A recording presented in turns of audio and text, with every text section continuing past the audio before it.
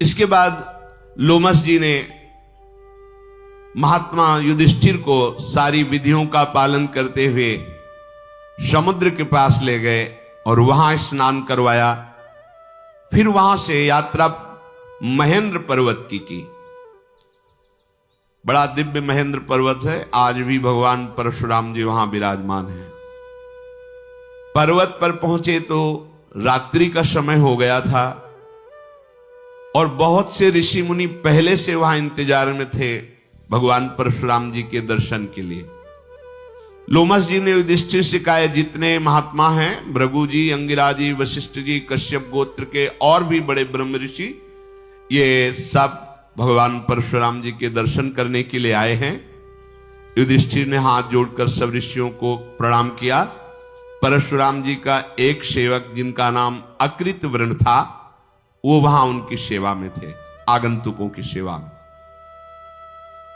लोमस जी ने बताया कि भगवान परशुराम जी के प्रिय शिष्य अकृत वृण जी हैं, यही मिलाते हैं, भगवान परशुराम जी को सूचना देते हैं तो वो यहां आते हैं। युधिष्ठिर जी ने हाथ जोड़ के पूछा कि भगवान के कब दर्शन होंगे, मैं दर्शन के निमित्त यहां आया हूं। अकृत वृण ने कहा, राजन, हमारे गुरुदेव भगवान परशुराम जी को पहले ही सूचना पहुंच चुकी थी कि आप इस पर्वत पर जब प्रवेश हुए थे कि आप दर्शन के लिए आए हैं। वो शीघ्र ही दर्शन देंगे। वो प्रत्येक चतुर्दशी को यहां आते हैं और दर्शन देते हैं, 15 दिन में एक बार, चतुर्दशी को। तो प्रातः चतुर्दशी है, रात व्यतीत करो, भगवान परशुराम जी के आपको दर्शन होंगे। युधिष्ठिर जी ने पूछा कि आप भगवान परशुराम जी के शिष्य हैं, आज रात्रि कृपा करके आप उनका यश सुनाएंगे तो हमारा जो ये रात्रि का समय बड़ा पावन व्यतीत हो जाएगा। अकृतवर्ण ने कहा, भरत कुल भूषण, हमारे गुरुदेव भगवान परशुराम की बड़ी पावन कथा है। पांडुनंदन भगवान परशुराम जी ने शास्त्रार्जुन नाम से प्रसिद्ध है राज कार्तवीर का वध किया था। उसके 1000 भुजाएं थी। सबसे बड़ी बात कि उसको संग मिला था दत्तात्रेय जी का। दत्तात्रेय जी उसकी सेवा से बहुत प्रसन्न हुए थे।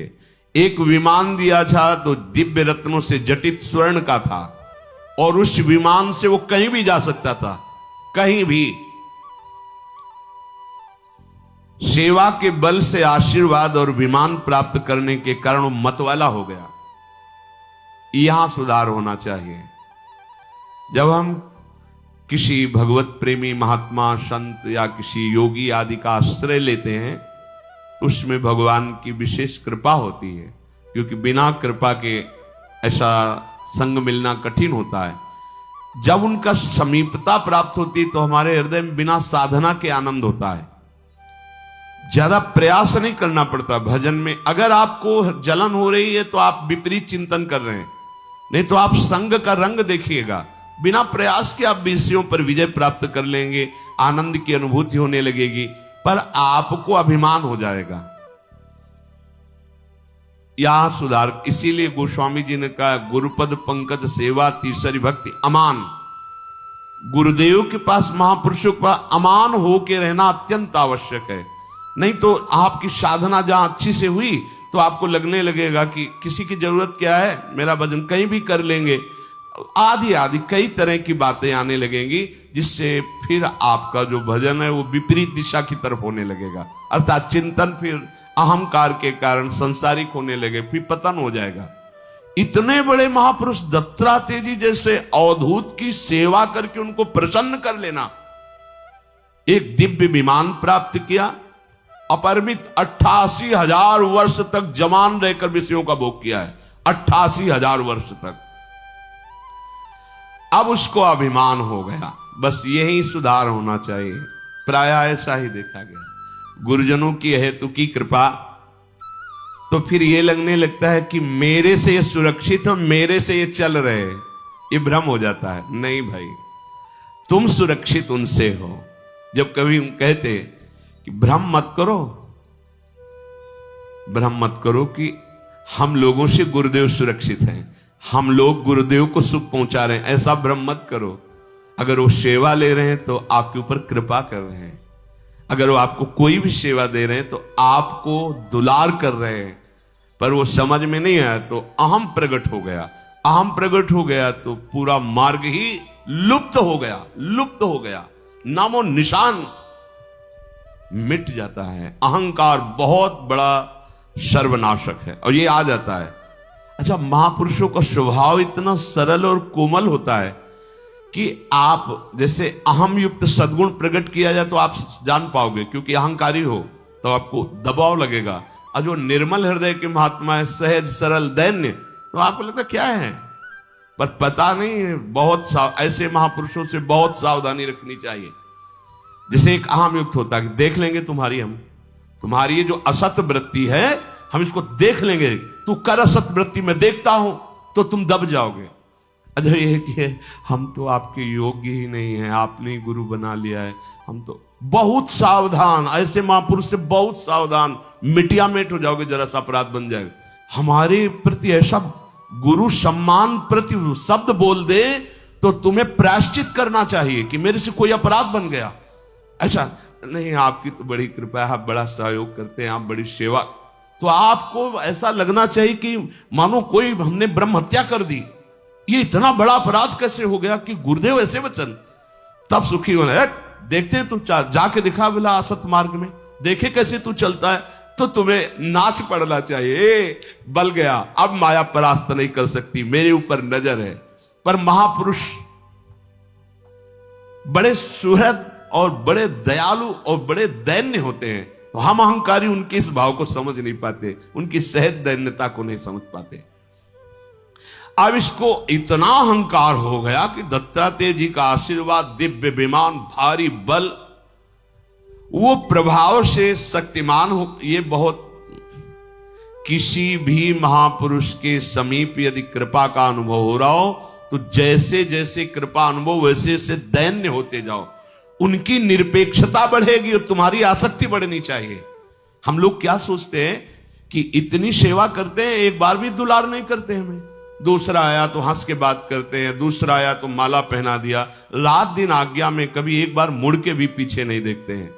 बात सावधानी की समझ लेना, आंखों से देखना ही देखना नहीं होता, हृदय का देखना होता है। वो हृदय दृष्टि से तुम्हें देखते हैं, ये बाह्य दृष्टि वाले, इसलिए इनको बाह्य दृष्टि देते हैं, तुम हृदयस्थ हो। और दूसरी बात, जब आप में अधिक अपनापन हो जाएगा तो फिर ये सब बंद हो जाता है, माला पहनाना, ये प्रसाद, ये सब बंद हो जाता है। भूख लगी, प्रसाद पालो जाके, कपड़ा फट गया, कपड़ा ले लीजिए, खत्म। कैसे हो आप, सुख, ये सब व्यवहार नहीं होता। मतलब मैं और आप अब दो नहीं रह गए। सोचो किस पदवी पे पहुंच रहे हो। पर अज्ञानी अहंकारी जी ये सोचता है, ये अभी आए हैं, इनके सामने हाथ जोड़ेंगे, ऐसे करेंगे और इनसे मुस्कुराएंगे, सेवा में लगे, एक बार भी मुस्कुराहट नहीं, एक बार भी नहीं देखना। इसलिए नहीं देखना कि तुम हमारे हृदय हो, तुम बाहर नहीं हो, तुम हमारे हृदय हो। पर वो समझ में नहीं आता। भगवान शंकर इतने कृपाल हुए कि दक्ष की प्रार्थना पर उनकी पुत्री सती को स्वीकार करके अर्धांग में वास दिया। और जब प्रजापति पद पर वरण हुआ दक्ष का, तो सभा में आए। तो बड़ा पद है प्रजापति, प्रजापति पद भगवान ब्रह्मा जी का, उसी के समान है ये पद, उसे परमेष्ठी पद कहते हैं। प्रजापति पद, लोकपाल भी खड़े हो जाएंगे, कुबेर, वरुण, अग्नि, ये सब खड़े हो जाएंगे, ऐसा पद है। सब खड़े हो गए, भगवान शंकर नहीं खड़े हुए और ब्रह्मा जी नहीं खड़े हुए। दृष्टि गई, सब खड़े, भगवान शंकर नहीं खड़े, ब्रह्मा जी नहीं खड़े, तो प्रणाम किया, क्योंकि वो परमेष्ठी पद है, बड़ा पद है। भगवान शंकर की तरफ देखा, ये क्यों नहीं खड़े हुए सभा में से? बंदर के जैसे नेत्र वाले को अपनी कमल नैनी पुत्री प्रदान करी, और क्या क्या बोलते चले गए। तब समझ में आ रहा था कि ये है पद का अभिमान। वहां गोस्वामी जी ने लिखा है, को नर अस जन्मा जगमाही प्रभुता पाहि जाहि मद नाही। ये बहुत सावधानी का विषय है। अब इस शास्त्राबाहु का इतना अभिमान बढ़ गया कि विमान से देवताओं के लोक में जाता, वहां के वनों को रौंदता, देवता लोग घूम रहे, विहार कर रहे, विध्वंस मचाता। भगवान दत्तात्रेय के वरदान के कारण कोई इससे बोल भी नहीं सकता। जब पता चलता कि दत्तात्रेय जी द्वारा दिया हुआ विमान और आशीर्वाद, सब शांत हो जाते, क्योंकि भगवान की अवतार दत्तात्रेय जी भी हैं। ये ऐसा अत्याचार करने लगा कि बड़े बड़े ऋषियों के आश्रम में जाता, जैसे दैत्य लोग विनाशकारी लीला करते हैं ऐसा करता, आश्रम को विध्वंस करना ऐसे। सब देवता लोग एकत्रित हुए और भगवान श्री हरि से प्रार्थना की कि इतना पराक्रम दे दिया है आपने दत्तात्रेय जी के रूप में कि इसे अब वो संभाल नहीं पा रहा है, बड़े बड़े ऋषियों का अपमान कर रहा है, देवलोक में आकर के ऊपर। एक दिन तो सची के साथ हास्य विनोद कर रहे थे देवराज इंद्र, वहां प्रवेश कर गए, कोई रोक सकता नहीं था, और बड़ा उपहास किया देवराज इंद्र का। अमोघ अस्त्रधारी हैं, पर सबसे बड़ा भय होता है महात्मा का। सबको भय था कि भगवान दत्तात्रेय जी का कृपा पात्र है, कहीं इससे कोई विरोध करे तो उधर ना विरोध हो जाए। जैसे आपको कोई, हम अपने लोगों को कोई आदर कर रहा है तो महारानी जी के कारण कर रहा है, अपना कोई बल नहीं। ये कहीं कोई इनके मन को दुख लगे, वो महारानी जी, ये गुरुजन आराध्य देव, इनको देख करके हमारा डर नहीं है, उनका डर है, उनका बल है, उनका भय, क्योंकि हम उनके हैं। इस बात से देवराज इंद्र ने देवताओं के साथ भगवान से कि बहुत अभद्र हो रहा है, कहीं भी चला जाता है, कोई रोक टोक नहीं है, विमान ऐसा भगवान दत्तात्रेय जी ने दिया है, समस्त प्राणियों के लिए आपको इसको शासन में लेना होगा। विश्ववंदित भगवान ने कहा सब कार्य निश्चित है, आप लोग जाओ, निश्चिंत रहो। अत्यंत रमणीय भगवान श्री हरि ने कहा कि पहले ही सब निश्चित हो चुका है, आप शांति पूर्वक जाइए, बस समय का इंतजार कीजिए।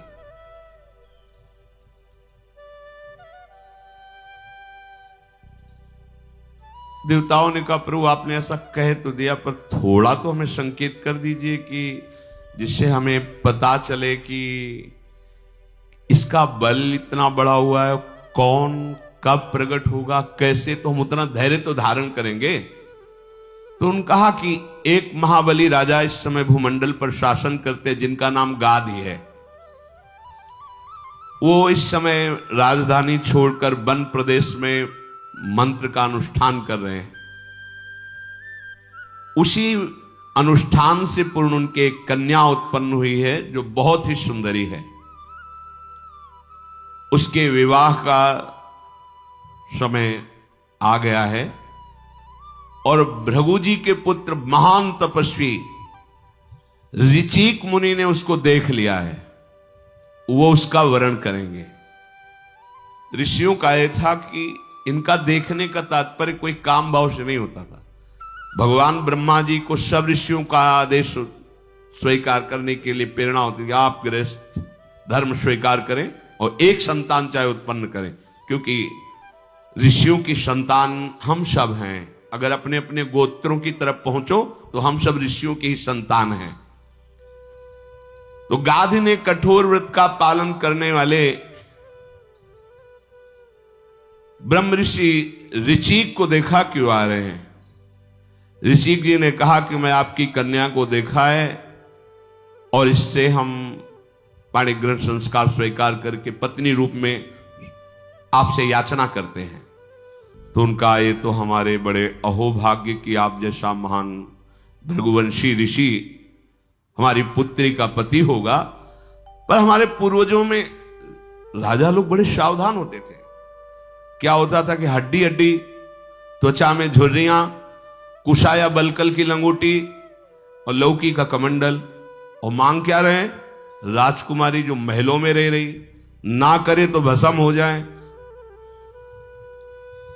उन्होंने कहा कि हमारे यहां एक नियम चला रहा है कि जो हमारे पुत्री को लेगा उसको शुल्क देना होगा।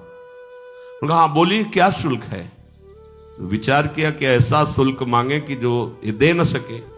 तो उनका हमें चाहिए कि वायु वेग से चलने वाले 1000 घोड़े, जिनका कान श्याम वर्ण का एक हो और पूरा शरीर श्वेत हो, एक कान केवल श्याम वर्ण और पूरा शरीर श्वेत का, जल में, थल में और वायु में भी चल सके।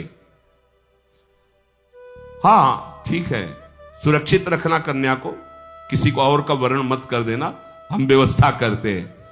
सीधे एकांत हुए, वरुण देव का स्मरण किया। भगवान वरुण उपस्थित हुए, उन्होंने कहा ब्याह की इच्छा हुई है, शुल्क में हमें 1000 घोड़े चाहिए जो श्वेत वर्ण के, जिनका कान श्याम वर्ण का। महाराज हाजिर, तुरंत जल में, थल में, वायु में, अग्नि में, सब जगह सुरक्षित चलेंगे। हाँ ठीक, आ गए, ये शुल्क लीजिए। अब तो कुछ कहने का नहीं। जैसे सौभरी ऋषि के मन में आया कि ब्याह करें, तो इधर उधर नहीं गए, सीधे मानधाता के पास गए और कहा कि हमारी इच्छा हुई कि अब हम ब्याह करें।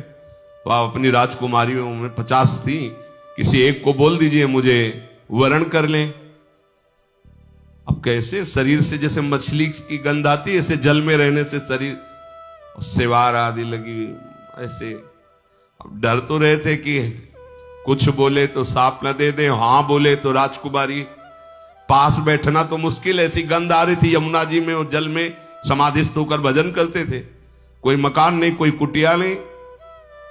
मानधाता ने कहा आप महाराज बड़ी कृपा की, महल में जाओ, जो राजकुमारी पसंद कर ले उसे आप वरण कर लो। अच्छा, मतलब समझ गए कि हमें कौन पसंद करेगा। ऐसा रूप धारण किया। उन्होंने कहा मंत्री से बोल दो जाके कि महल में बोल दे कि महाराज सौभरी आ रहे हैं और जो पसंद करना चाहे पसंद कर ले। जब महाराज प्रवेश हुए तो शरीर से दिव्य सुगंध, नव यौवन अवस्था, दिव्य तेजों में शरीर। 50 ने कहा चलो 50 का वरण। मानधाता से कहा 50 तैयार है, 50 ब्याह करेंगे। उनका महाराज को दक्षिणा भी ले लीजिए, जिससे कुछ खाने पीने की व्यवस्था। बोले नहीं, कल आ जाना यमुना किनारे तुम, और तुम देखना कि चक्रवर्ती सम्राट होकर तुम्हारा वैभव क्या है, और मैं एक लंगोटी वाला बाबा जी, मेरा वैभव क्या है। संकल्प से अमरावतीपुरी से भी सुंदर राजधानी तैयार कर दी, और सब रानियों के दिव्य महल। एक दिन बैठे थे, छोटे छोटे बच्चे खेल रहे थे, तब उनको होश आ रहे, जिस तपस्या को भगवान की प्राप्ति के लिए संचय किया था, वो सब ये ठगा गया। तभी लिखा है संगम त्यजेत मिथुन व्रति नाम मुमुक्षु सर्वात्मना न विसृजेत बहिरिंद्रियाणि एकश्चरन् रहस्य चित्त मनंति से युंजी तद वृत्ति साधुश्चेत प्रसंगा। बोले कभी भी मुमुक्ष धर्म अर्थात मोक्ष प्राप्त करने वाले उपासक को गृहस्थ धर्म का अवलंबन करने वाले अर्थात मैथुन धर्म से युक्त किसी भी प्राणी को नहीं देखना चाहिए। एक मछली को मैथुन धर्म से युक्त देखकर मेरी ये दुर्दशा हो गई, वो दुर्दशा ही कही जाती है। जहां सच्चिदानंद भगवान की प्राप्ति, वहां उसी तप का प्रयोग माया रचना में, माया के भोगों में। 1000 की संख्या के वो अश्व अर्पित किए। अकृतवर्ण जी सुना रहे कि ऋचिक मुनि ने वरुण से वो जब श्याम कर्ण के घोड़े आकर के दिए, तो सम्मान के साथ महाराज गाधी को अपनी पुत्री देनी पड़ी। विवाह हुआ। जब विवाह की बात सुनी तो ऋचिक जी के पिता महाराज भृगु वहां पधारे, अपनी पुत्र वधु राजकुमारी और पुत्र को देखकर बहुत प्रसन्न हुए। दोनों को आशीर्वाद दिया, दोनों ने पूजन किया, हाथ जोड़कर खड़े हो गए। तो भगवान भृगु जी ने कहा पुत्र वधु पहली बार मिलन हुआ है, तुम जो चाहो वरदान मांग सकती हो, मेरे लिए कुछ भी अदेय नहीं है। तो सत्यवती जी जो ऋचिक जी की पत्नी हैं, उन्होंने हाथ जोड़कर कहा कि मेरी माता पिता के यहां पुत्र नहीं है, मैं ही एक पुत्री थी, एक पुत्र मेरी माता को हो और कृपा करके एक पुत्र मुझे प्रदान कीजिए। भृगु जी ने कहा ठीक है, तुम स्नान करने के बाद वो पीपल का वृक्ष उसका आलिंगन करना, और ये मैं चरु बना रहा हूं, तुम इसको पाना, और अपनी मां को बुला लो, वो भी स्नान करे और बट वृक्ष का आलिंगन करे और ये चरु अपने मां को पवा देना। ऐसे पुत्र प्रतापी पैदा होंगे, विश्व नमन करेगा। जो बरगद के वृक्ष का आलिंगन तुम्हारी मां करेगी, पीपल के वृक्ष का आलिंगन तुम करोगी। अब मां राजरानी थी, जब उनको बुलाया और ये बात कही तो जानती थी कि भृगु जी बहुत समर्थ महापुरुष है, तो उन्होंने सोचा अपने परिवार के लिए विशेष चरु की रचना की होगी। तो उनका बेटी चरु तो चरु है, तुम अपना चरु हमें दे दो, हमारा चरु तुम ले लो, और तुम बट वृक्ष का आलिंगन करो, मैं पीपल वृक्ष का आलिंगन। उल्टा वो सहज स्वभाव में मां के प्यार में, यद्यपि नहीं करना चाहिए। गुरुजनों की जैसी आज्ञा उसमें एक भी अक्षर मिलावट नहीं करनी चाहिए। भृगु जी जे भी ध्यान में बैठने को हुए तो संकेत हुआ, जैसे संत जन किसी के मन की बात वो ऐसे नहीं जानते कि तुम्हारे मन का चिंतन, ऐसा नहीं, वो जैसे मैसेज आता है ना, ऐसे संकेत आता है, तब एकदम ये तुम ऐसा क्यों कर रहे थे, ये नहीं कि हर समय तुम्हारे मन का निरीक्षण हो, ऐसा नहीं है। वो तो अपने आराध्य देव में लगे हुए हैं, वो आराध्य देव भेजते हैं, देखो ऐसी गलती हो गई, तो अचानक को एकदम दृष्टि जाती है कि आपने ऐसा। भृगु जी वहां आए और सत्यवती जो पुत्र वधू थी उनसे बोले, जैसा कहा था वैसा किया। तो वो संकोच में हो गई, भगवान मां के प्रेम के कारण उल्टा हो गया, तुम्हारी माता ने तुम्हें ठग लिया, तुम्हें हमारी आज्ञा का पालन करना चाहिए, माता की नहीं। अब यहां संकेत मिलता है कि जब किसी ऋषि सदगुरु महात्मा की आज्ञा हो तो उसे माता पिता की सलाह से नहीं, वो केवल उन्हीं से सलाह ले लीजिए। अगर संशय तो उन्हीं से पूछिए, किसी और से नहीं। ये नहीं कि वो घर परिवार वालों को से सलाह ले, नहीं, वो मोह युक्त है और वो ज्ञान युक्त बात है। तो किसी सदगुरु संत महात्मा ही के द्वारा जो आदेश हुआ है उसी से सलाह ली है, नहीं तो गड़बड़ हो जाएगा। अब तुम्हारा पुत्र ब्रह्म ऋषि नहीं होगा, होगा तुमसे, पर घोर क्षत्रिय स्वभाव वाला होगा, महाबलशाली होगा पर घोर क्षत्रिय स्वभाव वाला होगा। और तुम्हारी माता के जो पुत्र होगा वो ब्रह्म ऋषि पैदा होगा, उसके आचार विचार सब ब्राह्मणत्व से युक्त होगा, महापराक्रमी होगा, साधुओं के द्वारा सम्मानित होगा। सत्यवती घबरा गई कि हम ऋषियों के गर्भ से ऐसा जो घोर स्वभाव वाला। वो चरण पकड़ ले, भगवान आप सब कुछ करने में समर्थ हैं, मैं बार बार आपसे प्रार्थना करती हूँ, गलती हो गई, अब ऐसा सुधार होना चाहिए, मेरा पुत्र घोर स्वभाव का नहीं होना चाहिए। उनका एक सुधार हो सकता है, घोर स्वभाव का तो होगा लेकिन पौत्र होगा। तुम्हारी प्रार्थना से मैं प्रसन्न, इसलिए तुम्हारा पुत्र तो ब्रह्म ऋषि होगा लेकिन तुम्हारा पौत्र जो होगा अपार बलशाली और घोर स्वभाव का होगा। वो राजी हो गई। तो कुछ समय के बाद सत्यवती ने महर्षि जमदग्नि जी को जन्म दिया। जमदग्नि जी बाल्यावस्था से ही तपस्या, तेज, सबसे संपन्न और बिना पढ़े वेदों का ज्ञान, भगवान भृगु जी की आशीर्वाद से सूर्य के समान तेज जिनके मुख से प्रकट हो रहा है, ऐसे धनुर्वेद स्वयं प्रकट होकर उनको शिक्षा, धनुर्वेद प्रकट होकर शिक्षा दिए।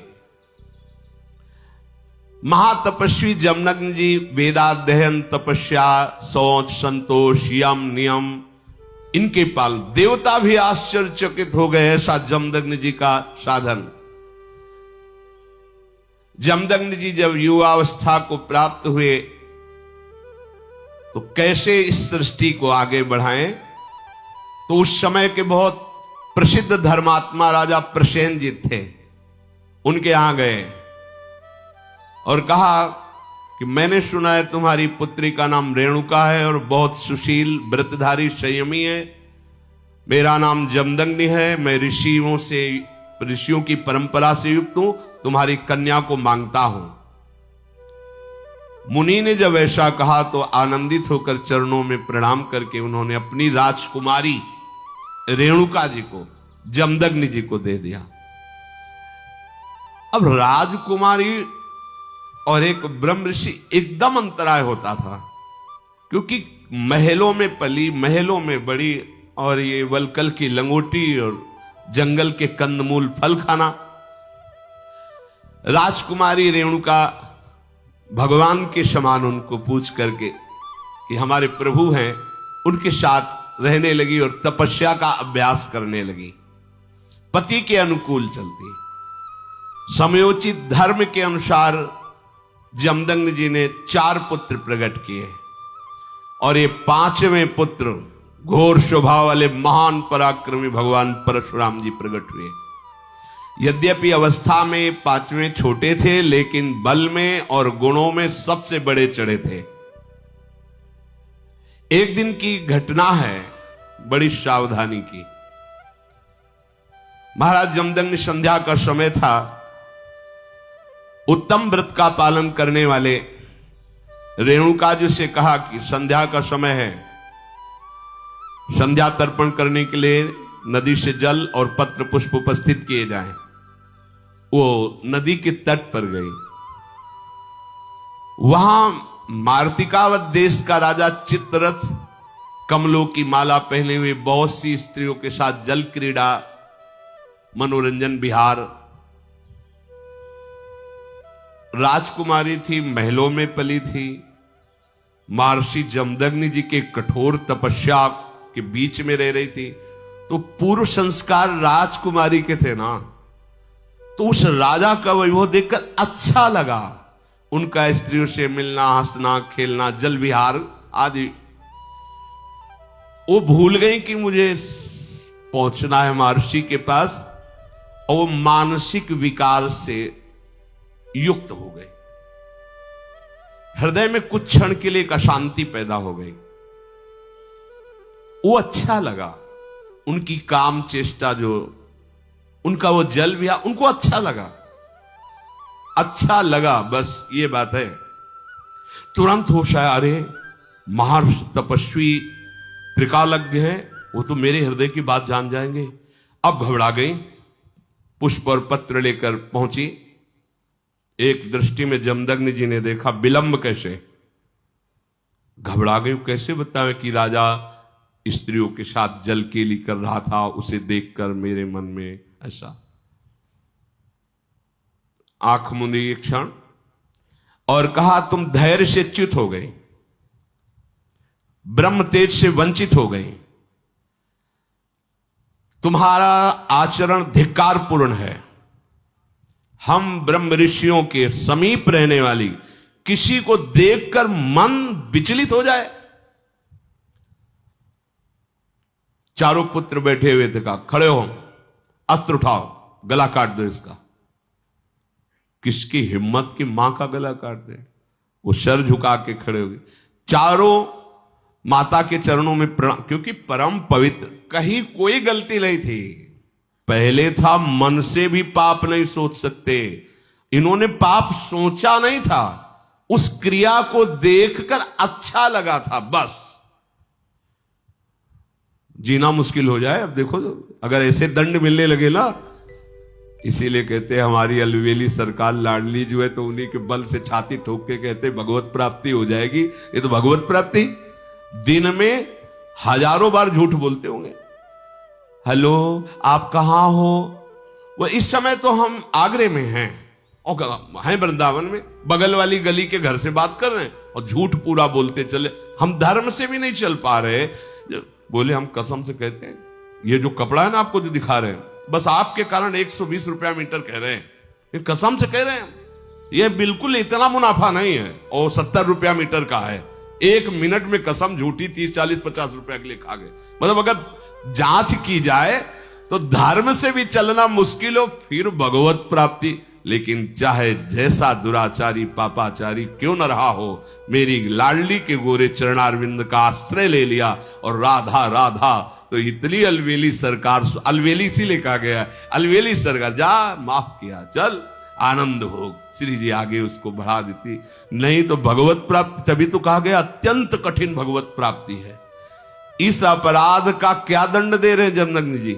गला काट दो।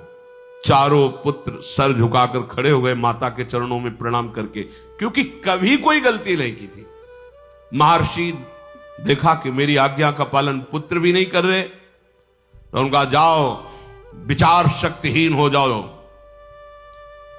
तुम्हारी बुद्धि जड़ अर्थात तुम सब पागल हो जाओ, घूमो ऐसे ही घास फूस बटोरते। उसी समय देखा कि फरसा धारण किए अमित तेजस्वी भगवान परशुराम जी पधारे। जमदग्नि जी को प्रणाम किया उन्होंने, उनका बेटा बिना कुछ विचार किए मेरी आज्ञा का पालन करो, अपनी माता का सर काट दो।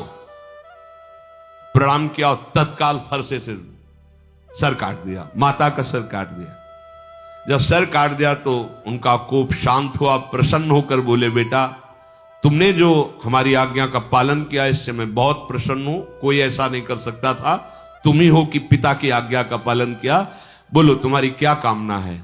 तो उनका मेरी मां पुनः जीवित हो जाए और उनको कभी स्मृति भी ना आवे कि मैंने प्रहार किया था। तथास्तु। जानते थे भगवान परशुराम जी कि मेरे पिता इतने सामर्थ्यशाली, उनको कभी इस घटना की स्मृति भी ना आवे, बोले तथास्तु। और दूसरी बात, मेरे भाइयों को जो आपने शाप दे दिया है कि वो जड़वत पागलवत हो जाए, तो मैं आपसे प्रार्थना करता हूं पुनः वो स्वस्थ और विवेकवान हो जाए। उनका तथास्तु, ऐसा ही हो। महातपस्वी जमदग्नि जी वरदान दे करके उनकी परशुराम जी की जो इच्छा थी कि भाई भी स्वस्थ हो और मां भी स्वस्थ हो, उनके पुत्र आनंद मगन होकर पुनः विवेक को प्राप्त किए। एक दिन की बात है कि यह शास्त्रावाऊ अर्जुन जमदग्नि जी के आश्रम पर आया। रेणुका जी ने सूचना दी कि ये राजा पधारा हुआ है जिसकी 1000 भुजाएं हैं। हाँ हाँ, राजा भगवान का स्वरूप होता है, उसका अतिथि सत्कार किया जाए। तो भगवान जमदग्नि जी ने और रेणुका जी ने जो पत्र पुष्प राजा को अर्घपाद्य देकर बैठाला, सेवा की। उसने सेवा स्वीकार की और कहा आश्रम को नष्ट कर दिया जाए। बड़ा बलवान था, सब वृक्ष और कुटिया सब विध्वंस कर दिया गया और होम धेनु जो गाय थी उससे बलपूर्वक घसीट करके ले गए। जब परशुराम जी नित्य दर्शन करने पिता के आते थे, एकांत में तपस्या और एक बार आकर प्रणाम करना। जब वहां आए तो देखा आश्रम उजड़ा हुआ। पूछा होमधेनु भी नहीं, तो उन्होंने कहा कि वो शास्त्रावाऊ अर्जुन ऐसा उपद्रव करके और ऐसा चला गया है। बड़े शांत भाव में जमदग्नि जी, इतनी सामर्थ्य उसकी, ये जानते हुए कि आप ब्रह्म ऋषि हैं, ऐसा अपराध। प्रणाम किया, फरसा उठाया और वो अभी नगर में प्रवेश ही करने वाला था, ललकारा उसको। परिक के समान मोटी भुजाएं उसकी, दत्तात्रेय जी के वरदान से पुष्ट भगवान परशुराम जी ने काट काट करके उसकी भुजाओं को उसको काट के बिछा दिया, क्योंकि वरदान भी देने वाले भी वही और काटने वाले भी तो वही हैं। भगवान के अवतार दत्तात्रेय जी तो भगवान के अवतार परशुराम जी। परशुराम जी संपूर्ण सैनिकों के साथ शास्त्रावाऊ अर्जुन को काट के फेंक दिया। पुनः तपस्या में जब शास्त्रावाऊ अर्जुन के पुत्रों को पता चला कि हमारे पिता को परशुराम जी ने काट डाला, सूचना कि परशुराम जी इस समय कहां है, तो उनका हो तुम एकांत में तप परायण है। और जमदग्नि बोले आश्रम में, बोले पिता की हत्या का सीधा पिता की हत्या, तभी माना जाएगा कि हम बलवान हैं। अब वो शास्त्रों सैनिक लेकर शास्त्रावाऊ अर्जुन के पुत्र गए और जमदग्नि जी तो शांत भाव से बैठे हुए थे। तो उन्होंने कहा कि हमारे पिता की हत्या तुम्हारे पुत्र ने की है, तो उसके पिता की हत्या मैं करूंगा। तो बस उनके मुख से इतना ही निकल रहा था, राम राम राम, क्योंकि भगवान परशुराम तो राम राम राम। परशु धारण करने के कारण वैसे नाम राम ही है, परशु सहित बड़ नाम तुम्हारा। परशुराम इसलिए कहा गया, हर समय फरसा धारण करते थे, नहीं उनका नाम राम ही रखा। तो राम राम ऐसे पुकार रहे थे। उन आताताइयों ने इतने बाण मारे कि कोई भी अंग नहीं बचा महर्षि जमदग्नि का, और उनके प्राण निकल गए। परशुराम जी प्रणाम करने नित्या जब वहां आए तो देखा मां रेणुका जी रो रही हैं, और जमदग्नि जी, परशुराम जी ने कहा, तात आपने तो कभी कोई अपराध नहीं किया, और इस नीच क्षत्रियों ने आपको इस बुरी तरह से मारा, कोई अंग नहीं बचा जिसमें बाण ना छेदा हो। पिताजी आप तो सदैव तप के मार्ग में चलने वाले, शास्त्र सम्मत मार्ग में चलने वाले, कभी किसी जीव का कोई अपराध नहीं, तो ऐसी मृत्यु कैसे उचित हो सकती है? जो तपस्या में संलग्न है या युद्ध से विरत है या वृद्ध है, ऐसे का कभी वध नहीं किया जाता, शास्त्र सिद्धांत है। भगवान परशुराम जी ने कहा कि निर्लज्ज राजकुमार जन ये नहीं जाने कि आप वृद्ध भी हैं, तपस्वी भी हैं और युद्ध से विरत भी हैं। असहाय पुरुषों के समान मार डाला। भांति भांति से विलाप करके करुण क्रंदन करने लगे भगवान परशुराम। फिर मानो साक्षात यम प्रकट हो गए, ऐसे क्रोध से लाल आंखें हो गई, और उन्होंने हाथ में जल लिया और कहा इस वंश का विनाश कर दूंगा, एक भी इस वंश में नहीं रहने दूंगा। क्षत्रिय शिरोमणि युधिष्ठिर जी, भगवान परशुराम जी ने जब संकल्प किया तो पृथ्वी थर्रा उठी, और हमारे गुरुदेव भगवान परशुराम ने अकृतवर्ण जी कह रहे 21 बार घूम घूम करके समस्त भूमंडल के राजाओं का नाश किया, कुल के कुल विनाश कर दिए। हर्षाल अमोघ बलशाली, कुंड के कुंड रक्त से भर गए। भगवान परशुराम जी का एक घोर कर्म देख करके जमदग्नि जी के पिता ऋचिक वो प्रकट हुए और कहा, जमदग्नि कुमार बस हो गया, अब एक भी क्षत्रिय का वध नहीं करोगे। तपस्या करो, यज्ञ करो, मंत्राकार वृत्ति करो, जो ऋषियों का धर्म है। ये ऋषि धर्म नहीं है, आप घोर स्वभाव से जो विचरण करते हुए अब बस। भगवान परशुराम जी ने उनकी बात स्वीकार की, और जितनी भी राजाओं के वध करके पृथ्वी जीती थी सब कश्यप जी को दान में दे दी। संपूर्ण जगत जो आताताई राक्षस स्वभाव के क्षत्रिय थे, इनके नाश से सुखी हुआ।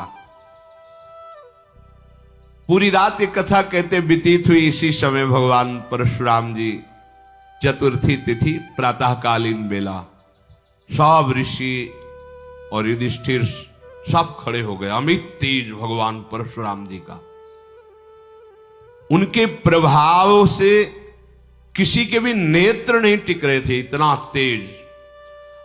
भगवान परशुराम जी का स्वभाव ऐसा था कि जैसे जनक जी की सभा में भी गए ना, तो जे भी अजगो खंडन हुआ, शब्द उनके कान में पड़ा, इतना घोर शब्द साधारण धनुष के खंडन में नहीं हो सकता।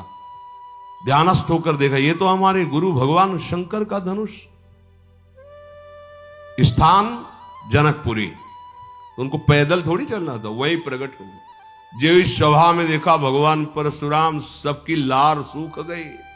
राजा लोग खड़े होकर हमारे बाप का नाम है, हमारे बाबा का नाम ही, और प्रणाम साष्टांग। तो सहज चितवत मनहु रिसाने, आशीर्वाद देने के लिए देखते तो उनकी धमनियां रुक जाती खून से। अब गए पर तूणीर धनुष और फरसा और विशाल काय, और जय जिधर देख ले तो बस समझता था अंत हो गया, अब मारे गए। अगर कृपा से देख ले तो ऐसा जनक जी के, अब क्या हो, हम तो समझ रहे थे बहुत सुंदर अब ब्याह हो जाएगा। जानकी जी को इशारा किया कि पूरा परिकर महल में ले जाओ। विश्वामित्र जी खड़े होकर के प्रणाम किया परशुराम जी को। परशुराम जी ने विश्वामित्र, हाँ राम लक्ष्मण को प्रणाम किया, आयुष्मान भव। कौन है इसमें जिसने अज को खंडन किया? सभा में तुरंत उसका त्याग कर दिया जाने, पूरी सभा को काट डालूंगा। किसी की हिम्मत हो रही इधर देखे? जनक या तो वो सभा से निकलकर बाहर आ जाए या पूरी सभा उसका त्याग कर दे। नहीं, अभी पूरी सभा मारी जाएगी। मेरे गुरुदेव भगवान शिव के धनुष का खंडन करने वाला मेरे द्वारा मारे जाने योग्य है। किसी की हिम्मत तो पड़ रही थी कि अब कौन कहे क्या कहे। भगवान खड़े हुए, प्रणाम किया, कहा प्रभु इतने क्रोध की आवश्यकता नहीं, कोई आपके चरणों का दास ही होगा जिसने ऐसा साहस का कार्य किया। दास कैसे हो सकता है?